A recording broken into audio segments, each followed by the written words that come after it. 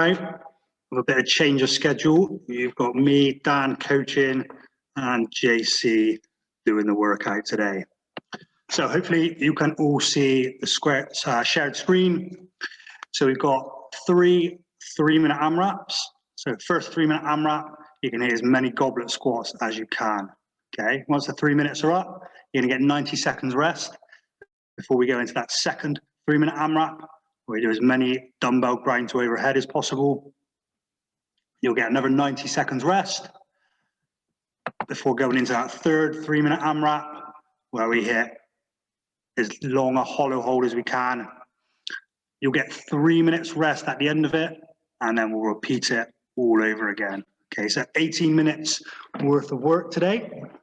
So first of all, we will kick off and get you warm, okay, especially for those of you that are outside. We'll get that heart rate up a little bit, get everything loose. Then we'll get James to go through the movements and different variations and scaling options, and then we'll get you guys straight into it, okay? So stop sharing the screen. James up for you.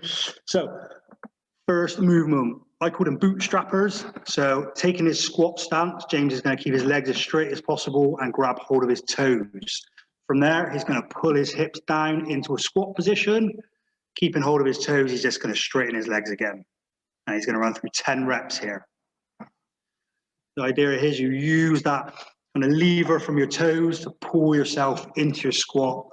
As your hips sink down, your chest comes up, and your arms are going to stay straight throughout the movement. As you get warmer and a little bit looser, try and increase that range at the bottom, see how low you can get. And if you've got tight hamstrings, you try and stretch those legs out as much as possible at the top. Okay, once you've done 10 reps here, we're going to sink back into that squat position and go 10 alternating squat rotations. Sat in the squat, James is going to take one arm up to the ceiling, let his chest and head follow, and alternate sides. You're going to keep those feet flat on the floor, heels down, toes pushed into the floor, and we're just stretching out that upper back by rotating round. 10 of these.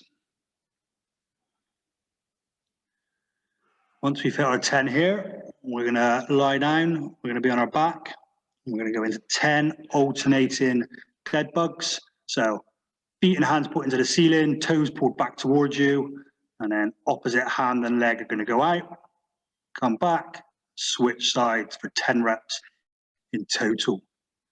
So as your leg and arm go out, I'm going to try and keep that lower back into the floor, not let your lower back arch up off the floor, and keep that head and neck lead on the floor.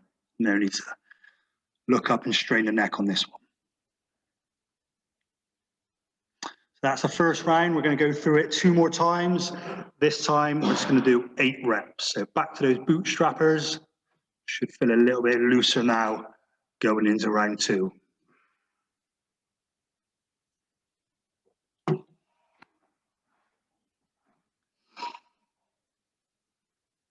If your legs are feeling particularly stiff or tight, you can always play around with your stance or increase that stretch, going a bit wider and a bit narrower in various places. So 8 reps here, and stay down in that squat position, 8 alternating squat rotations. As one arm drives up to the ceiling, you can use the other elbow to just push out that knee over your little toe. We're back to our dead bugs. No need to rush this movement. Warm up that midline, those abs ready for the hollow holds in the workout.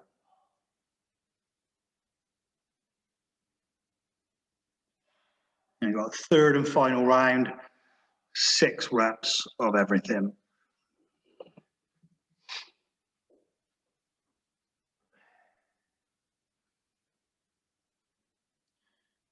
Really feel the stretch at the top of that movement.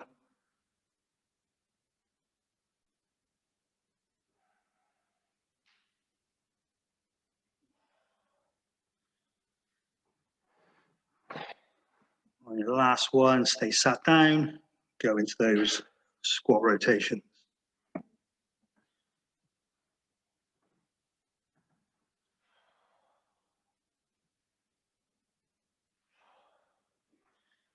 Finally, 6 dead bugs.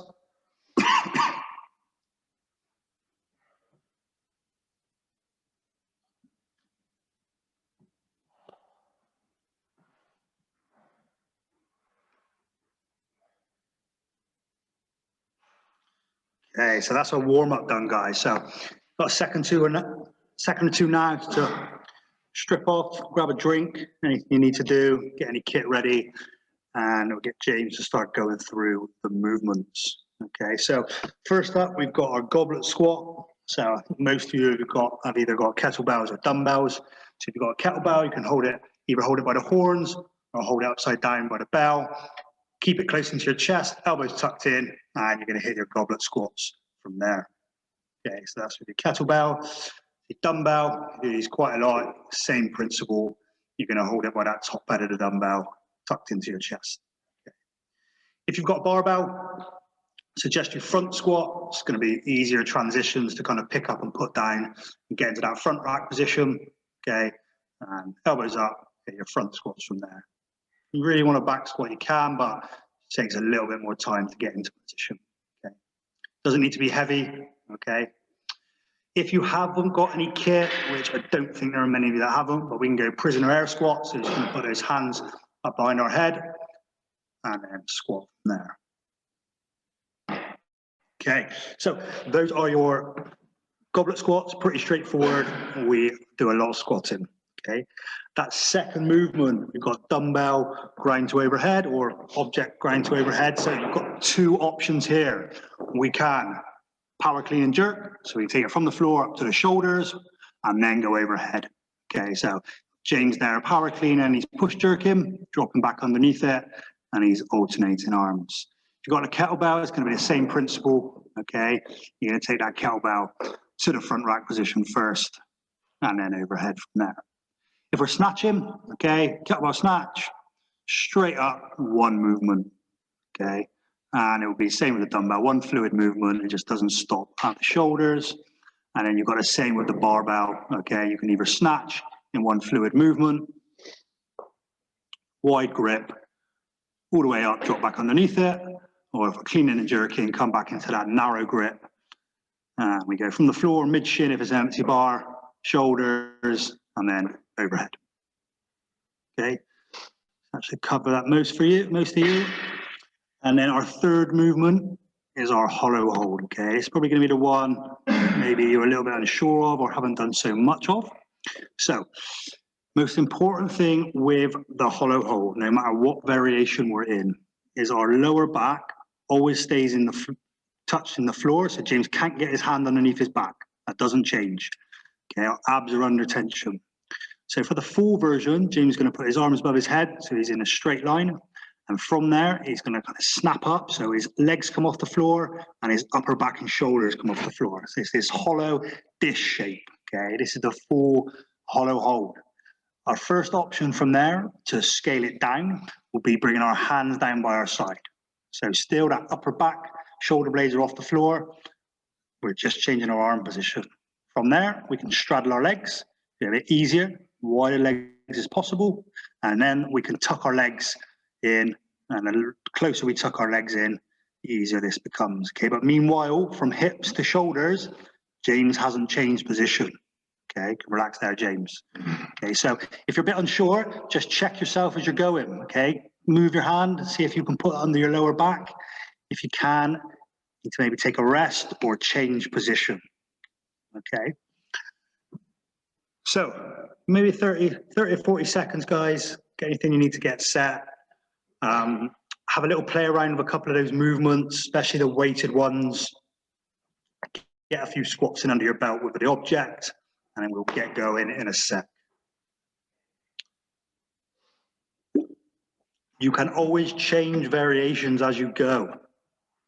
Okay, so if your dumbbell, you really start to struggle towards the end and your reps are getting lower and lower, move to air squats. If you start with snatch in the grind to overhead and you want to move to clean and jerk, that's also fine. And in the hollow hold, you can play around with as many different variations as we went through. James is going to utilize a tactic where he picks a set amount of work to do. So it's 30 seconds of work or so. He's going to put it down, have a little rest, come back to it, and try and repeat that process throughout the workout. The likelihood is you'll keep moving for 3 minutes non-stop, probably quite slim. So having a bit of a tactic is always a good idea. 10-second countdown, guys. We're kicking off with 3-minute AMRAP of goblet squats.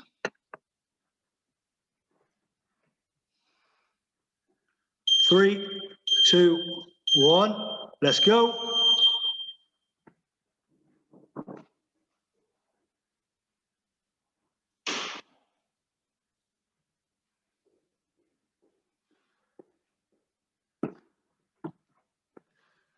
So when we're doing this, guys, you can either keep a set amount of reps, pick a number to hit before you rest, or pick a time limit to hit, okay?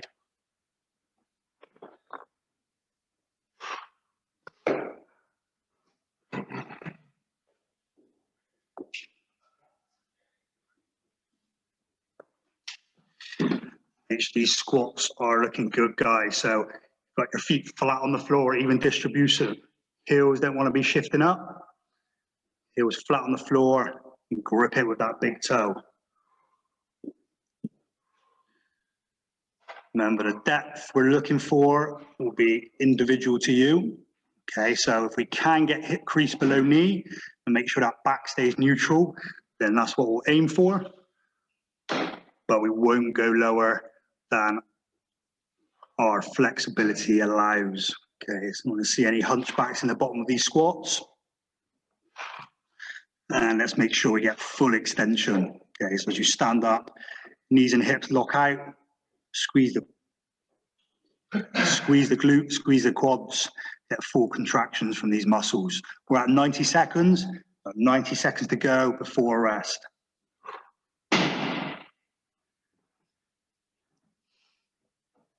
Try and keep consistent if you've picked a rep scheme or a time frame to work to.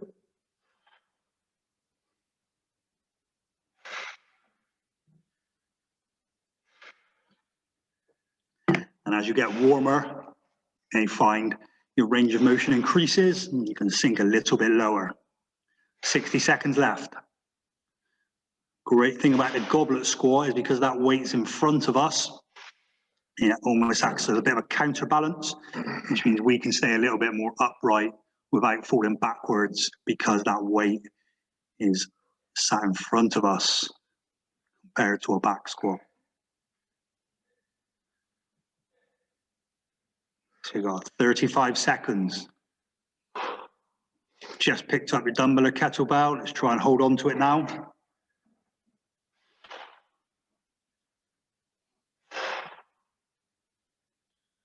"20 seconds, we've got to rest. Don't let form break down now. Let's keep position looking good. Control it down, fast up, 10 seconds. 5, 3, 2, 1, and rest. We've got 90 seconds rest, guys. So jot your number of reps down. If you want to record that score, got to repeat this. So we'll aim for some consistency. You have a goal to try and hit or beat in that second round. How many? Do you know how many you got? That's right.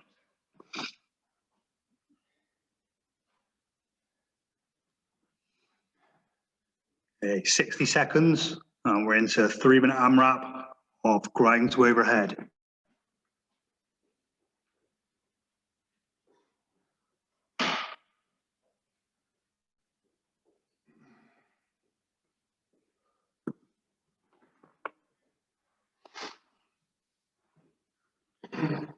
So when you're choosing between your grind to overhead movements, usually the snatch is quicker, but that does depend on weight and how long we can maintain it for. So, you tire us out sooner than clean and jerk would. So you have to weigh up how that weight feels for you and how quick you can keep that pace, or how long you can keep that pace. So most of us are always stronger on our clean and jerk than we are on our snatch. But remember, you can utilize both movements within 3 minutes. We've got 30 seconds before we go. Oh no, that was supposed to be when we went. Yeah. Oh, let's go. My bad. We're 7 seconds behind. Let's go. I'll add it on at the end.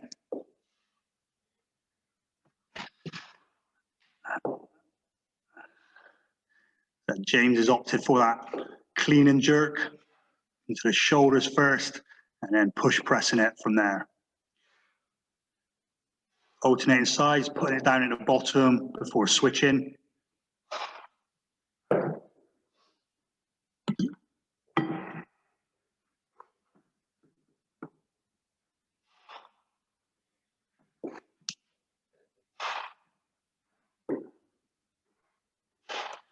And now he's just moved to snatch. So mix it up a bit. See, as there's no pause at the shoulder, the rep is quicker.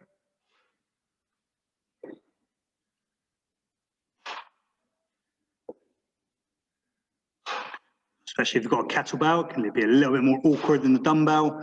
We don't want that kettlebell crashing down on our wrist. Okay, so make sure we get a high elbow, punch that arm through, and that kettlebell should just nicely fold over to behind your arm. Going with the cleans with a kettlebell, that front rack position, we should have the kettlebell resting between our forearm, bicep, and shoulder, our elbow in front of the kettlebell, and that's a perfect front rack position to then go overhead with. If you're using a kettlebell and you've got a watch, just be careful that kettlebell isn't scratching the face of the watch. Take it off or turn it round.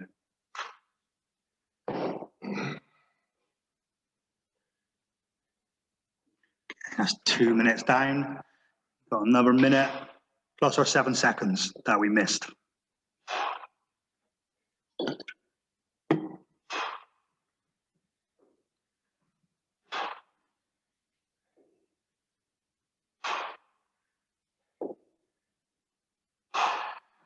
Make sure in its bottom position, guys, when we're picking it up, we're using our legs, not just our back. So you see, James isn't in a squat at the bottom, and he's also not in a Romanian deadlift position.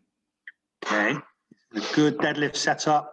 His hips are still higher than the knees, but he's able to utilize his legs to generate his power. Legs are going to last a lot longer than that back on his own will.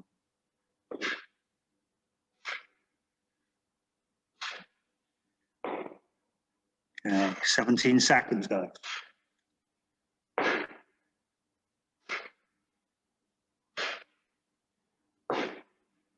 Cool, let's call it 5 seconds. 3, 2, 1, and relax, another 90 seconds.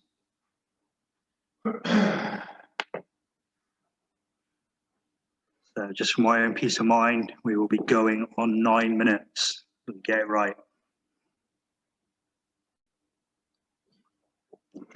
And into our hollow holds on the next one, and dare I say it, this will be the most challenging one.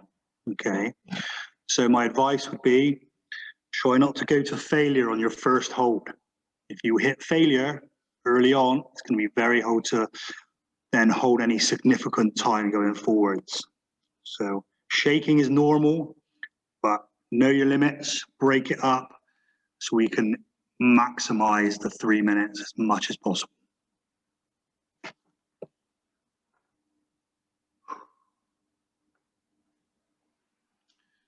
30 seconds.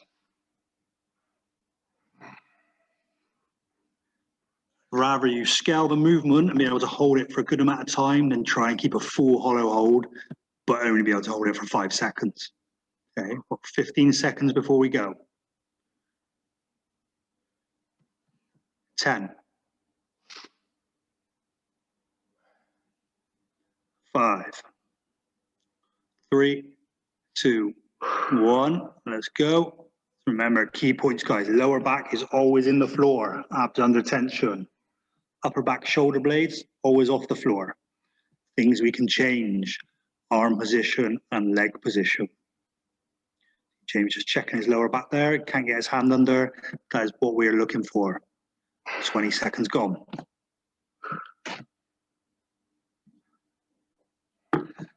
These isometric holds, always tough, okay, especially for 3 minutes.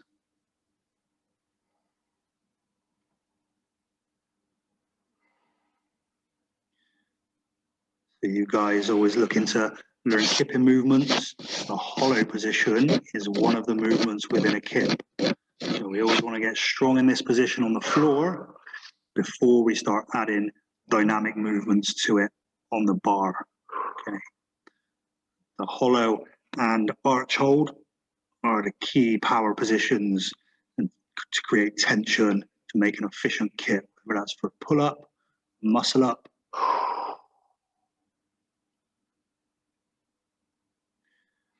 Wherever you're, unless you're in the straddle position, you try and keep those legs together, toes pointed, tension running throughout the whole body. And James has just gone into that second scale with his arms down by his side. So we've just changed the lever length. Not as much tension if the arms aren't overhead.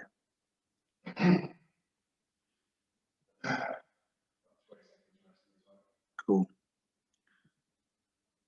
So when we talk about lever length, you imagine you're holding a sledgehammer with straight arms out in front of you.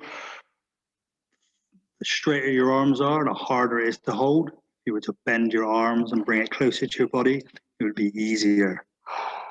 Kind of like 60 seconds left.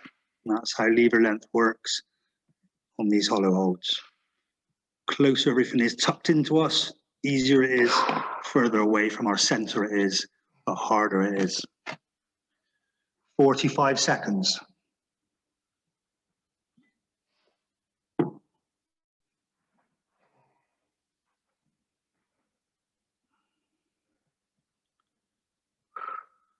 So it's 30 seconds, big push now. You're gonna get 3 minutes rest once this set is up.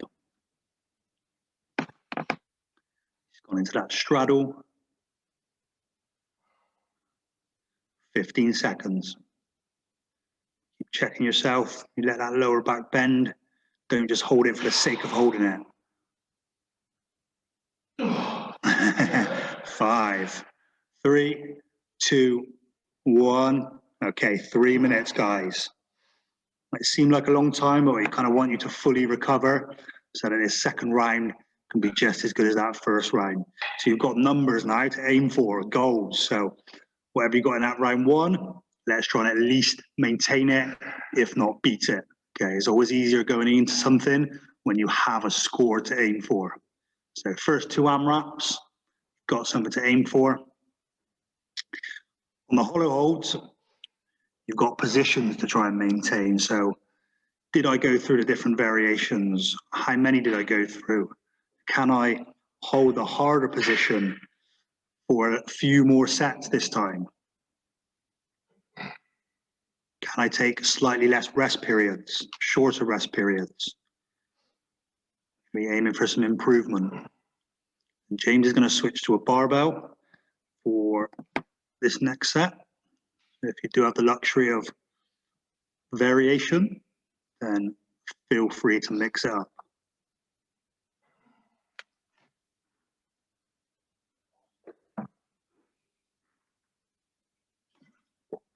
Today shouldn't be too much about heart rate, okay, but muscular failure, probably going to be, especially on the squats and the hollow holds. But that will also depend on the weight you're using.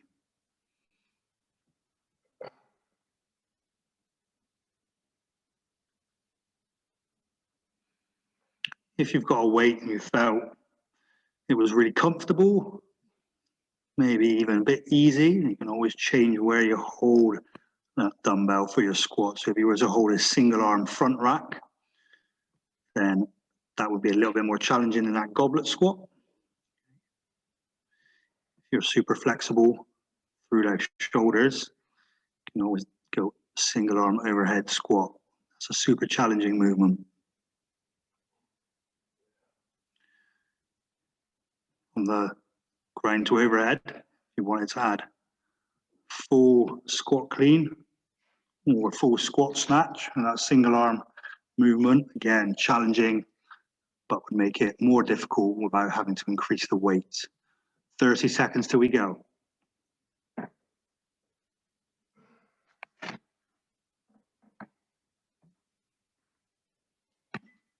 20 seconds.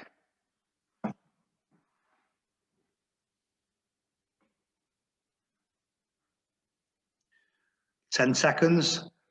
Back to our 3-minute AMRAP squats. James is going back squat for his first set. 3, 2, 1, let's go.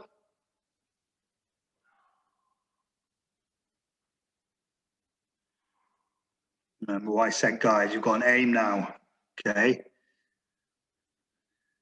There's slightly bigger sets or slightly shorter rest periods. Forward to dig in a bit on this one. You should be nice and recovered after those 3 minutes rest. You know what to expect. You've been here before.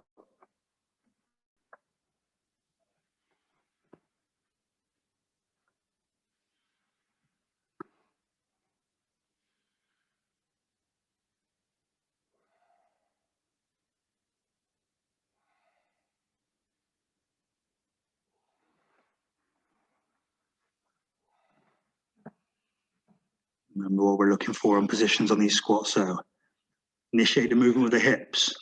The knees track over the toes.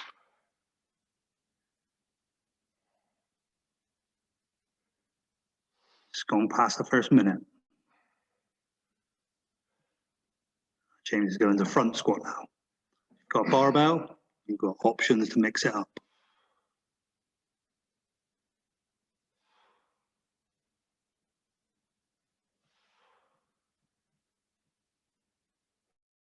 Your front squat, remember we're trying to keep that bar sat on our shoulders, elbows pointing forward, well away from our knees. You can keep a full grip, great. If you need to let it roll back onto those fingertips, onto a few fingers, then that's cool as well.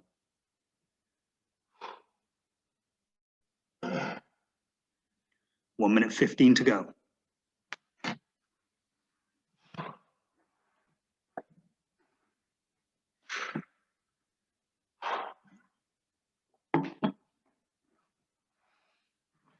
All right, 60 seconds, guys. Last minute of squat. So James gone to overhead squats, okay? So, yeah, probably the most challenging variation of the squat. Requires a total body mobility. Because that weight so far away from us, it takes a lot more to stabilize it. The armpits facing forward, arms locked out. That bar doesn't get pulled behind him. Stays over his shoulders, over his center of gravity. 25 seconds. Wider the grip on this, and the more range of motion we can normally get, but maybe a little bit less stable. Everyone will be different. A narrower grip, definitely more challenging. 10 seconds. 5, 3, 2, 1, rest. 90 seconds rest, go, guys. We're going on 19:30.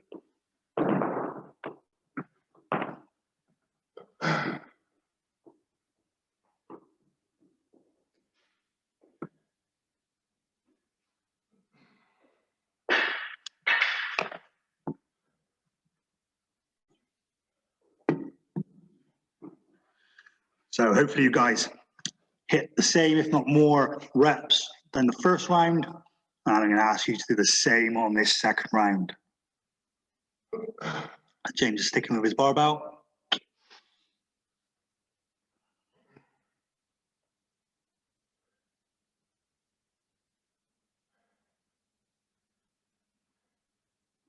So again, it's 90 seconds, be just enough to recover. And our heart rate come down slightly, it shouldn't be too high anyway. We'll be ready to go into this next one. 30 seconds.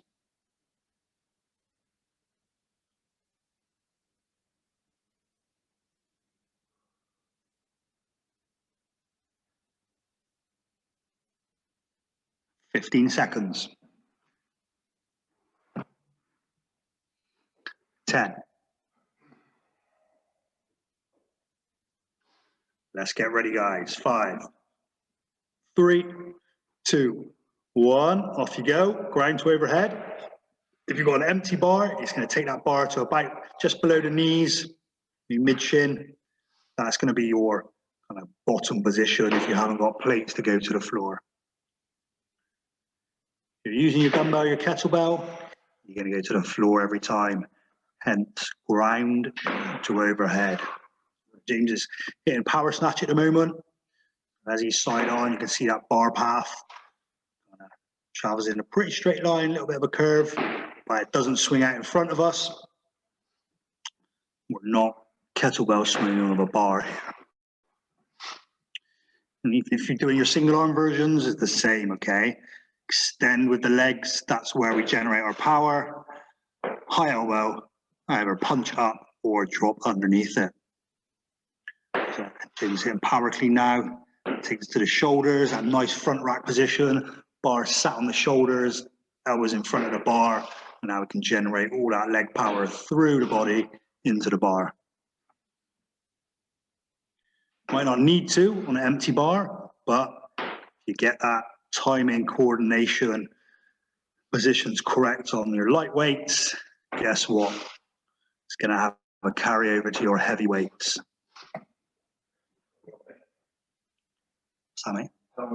So we've got 90 seconds now.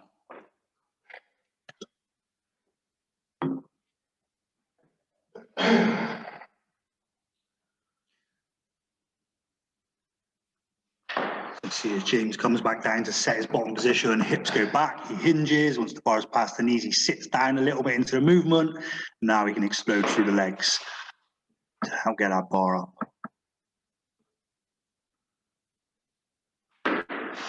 60 seconds left, guys. And it's your last grind to overhead. Let's dig in.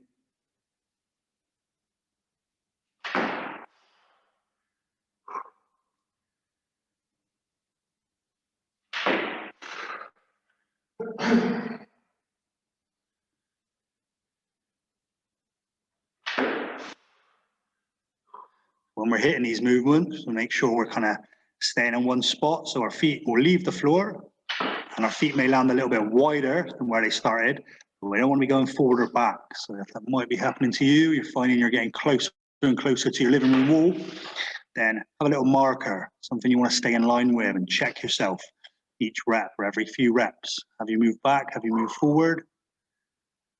10 seconds. 5, 3, 2, 1, and rest. 90 seconds.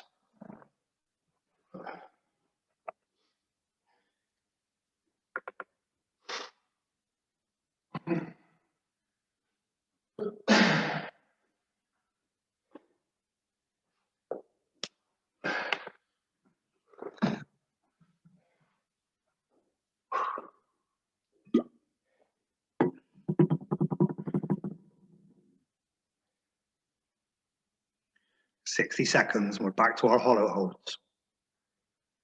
You've got a feel for these now. You kind of know how long you can hold or what position you need to start with. So it should be a little bit more familiar than that first round.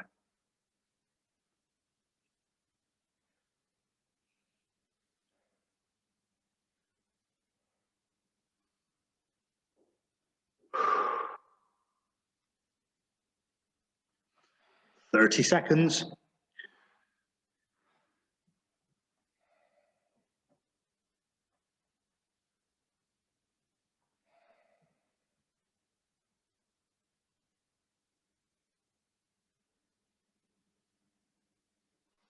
Let's get ready, guys.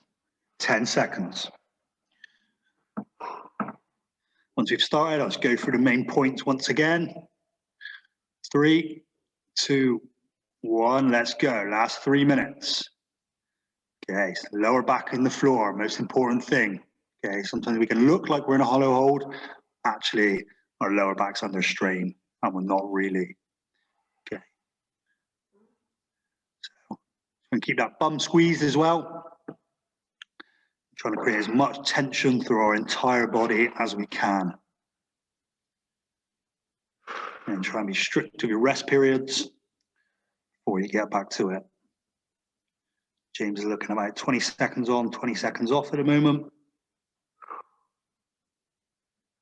Start backing out full hollow, and then he's moving through the positions as he feels necessary. I want you to do the same.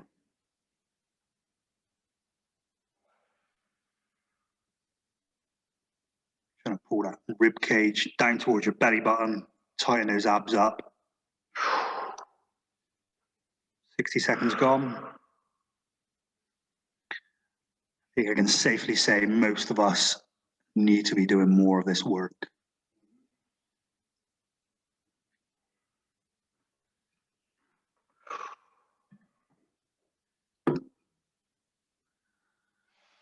Having a strong anterior, so the front of our body, can help protect our posterior, the back of our body. If you ever find lower back weaknesses, probably find a weak abdominal or midline. So when we're bracing for big lifts like deadlifts and squats, etc., having a strong midline and having the ability to brace and hold, like we're kind of doing now, can be very important.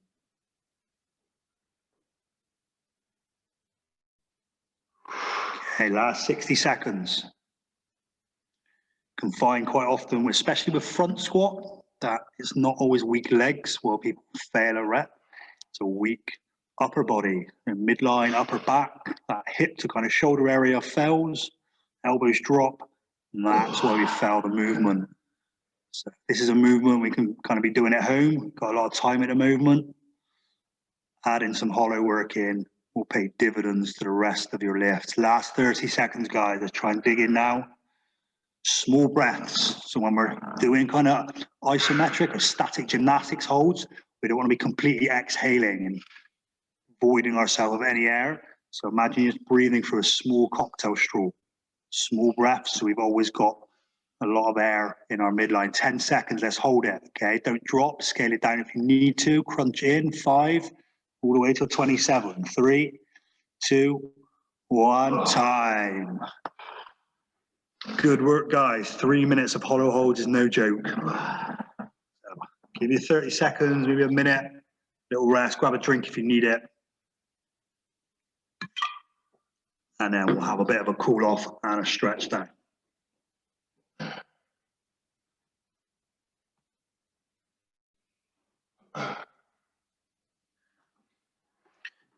Okay, so when you're ready, guys, take a look at James. We're going to run through some stretches. So we're going to go into a lunge position. Okay, so we've got our back knee on the floor, and we're just going to squeeze. So James's right leg is back, so he's going to squeeze his right bum. And imagine someone's pulling that hip forward. There's a bit of rope attached to it. You should feel that stretch going through your hip flexors, maybe into your quad. And we're going to hold that position.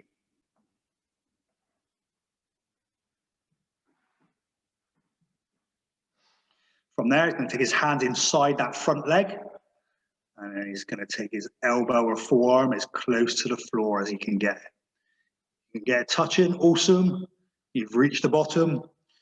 If you can, just keep pushing down, seeing how low you can get. You can always move in and out of it.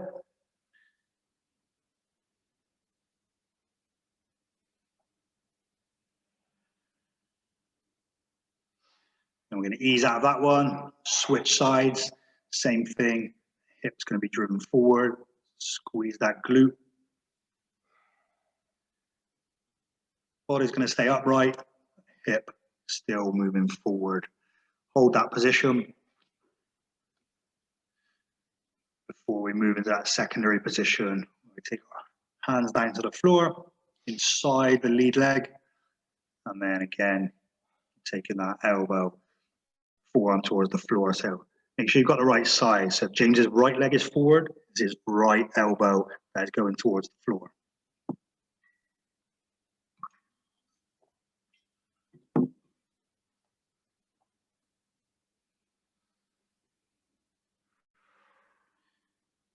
Ease out of that one, guys. So James is going to be led on the floor now. Arms in a push-up position. and you're going to just straighten that arms out. Okay. We call this Sphinx. And if you do want, if this is a bit too much, you can always go into your forearms. That just eases off a little bit. But we're just trying to get a stretch through the abdominals and the lower back. So pick the position that's right for you. From there, sit back. Okay, you're going to turn the palms up, facing the ceiling, sitting back towards your heels, chest towards the floor.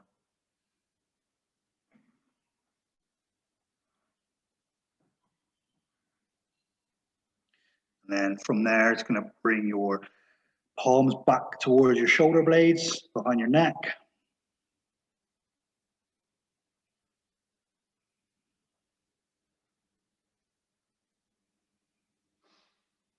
And that is us done for Wednesday, guys. Good work. I hope you enjoyed it. And tomorrow, Tag Team Thursdays. Enjoy.